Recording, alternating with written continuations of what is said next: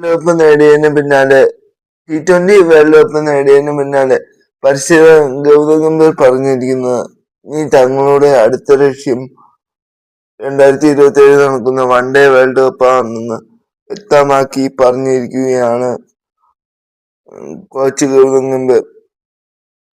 March അവസാനം നടക്കുന്ന premier ലീഗിന് പിന്നാലെ ഇതിനായിട്ടുള്ള മുന്നോടിയായിട്ടുള്ള മത്സരങ്ങൾ തയ്യാറെടുപ്പ് തങ്ങൾ നടത്തുമെന്ന് ഇന്ത്യൻ ടീമിന്റെ കോച്ച് പറഞ്ഞു. 25 മുതൽ 30 മത്സരമാണ് ഒരു വർഷക്കാലം ഇനി കളിക്കുക എന്നും ഗംഭീർ പറഞ്ഞു. മത്സരം ഷെഡ്യൂളിൽ സിംബാബ്വെ, നമീബിയ, സൗത്ത് ആഫ്രിക്ക എന്നിവിടങ്ങളിലെ മത്സരം സംഘടിപ്പിച്ചിട്ടുണ്ടെന്ന് അദ്ദേഹം പറഞ്ഞു. T20 വേൾഡ് കപ്പ് നേടിത്തന്ന പ്രധാനപ്പെട്ട താരം മലയാളി താരം സൂപ്പർ താരം സഞ്ജു സാംസണിനെ ഉൾപ്പെടുത്തുന്നു എന്നും ആരാധകരുടെ ഭാഗത്തുനിന്ന് ആവശ്യമുയരുന്നുണ്ട്.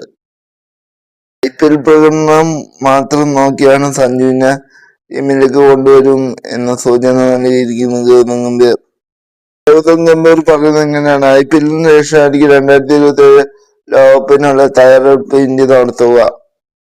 അവർക്കുള്ള സാഹചര്യത്തിന് അനുയോജ്യമായ താരങ്ങളും കൃത്യമായ ടീം കോമ്പിനേഷനും തയ്യാറാക്കുന്നതെന്ന് ഗംഭീർ വ്യക്തമാക്കി. അവർക്കുള്ള അവസാനമായി T20 സെഞ്ചുറി, വൺഡേ സെഞ്ചുറി അടിച്ച താരമാണ് സഞ്ജു എന്ന് ഓർക്കണം. എന്നാൽ അതിനുശേഷം സഞ്ജുവിന് അവസരം കിട്ടിയിട്ടില്ല വൺഡേ ടീമിൽ. ഗൗതം ഗംഭീറിന്റെ വാക്കുകൾ സഞ്ജുവിന് പ്രതീക്ഷ നൽകുന്നതാണ്.